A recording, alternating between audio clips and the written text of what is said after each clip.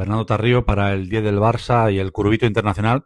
En esta fase liga, el Copenhague se ha enfrentado a varios equipos fuertes, como el Tottenham, el Borussia Dortmund y el Barça hoy.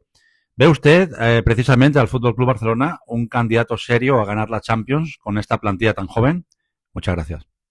Yeah, of course they are. And as I said to the coach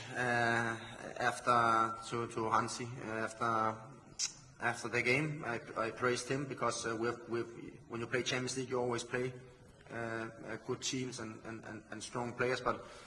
But when I look back at the history for this club in Champions League, the times that we've been playing Champions League the last 15, 16 or 20 years, and in the last 3.5 years with me as a head coach playing Champions League 3 times, I think this Barca team, I can only compare that with the teams that I faced with Pep Guardiola in Man City. And then when you look 16 years ago with the team that we faced with Barcelona as a Copenhagen team in 2010, I think the speed of play, they do seriously 0 technical mistakes.